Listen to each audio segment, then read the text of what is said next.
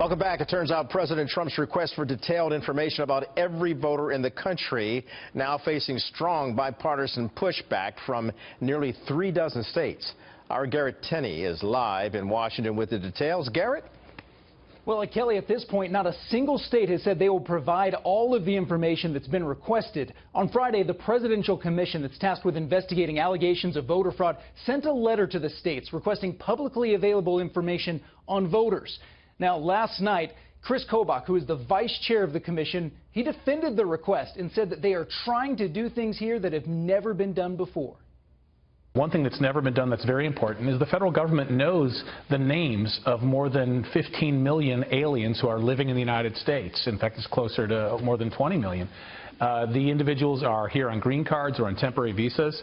But the states have never been permitted to see, hey, how many of those aliens have registered to vote in my state? Right. The number is likely to be very high.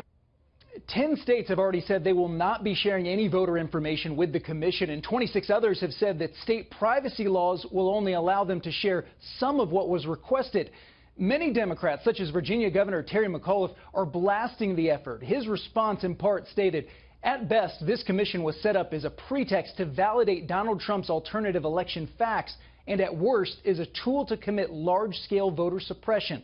New York Governor Andrew Cuomo replied to the response saying, "New York refuses to perpetuate the myth voter fraud played a role in our election."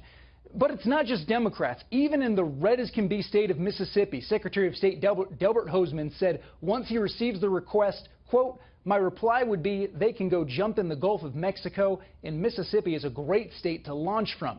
Mississippi residents should celebrate Independence Day and our state's right to protect the privacy of our citizens by conducting our own electoral processes.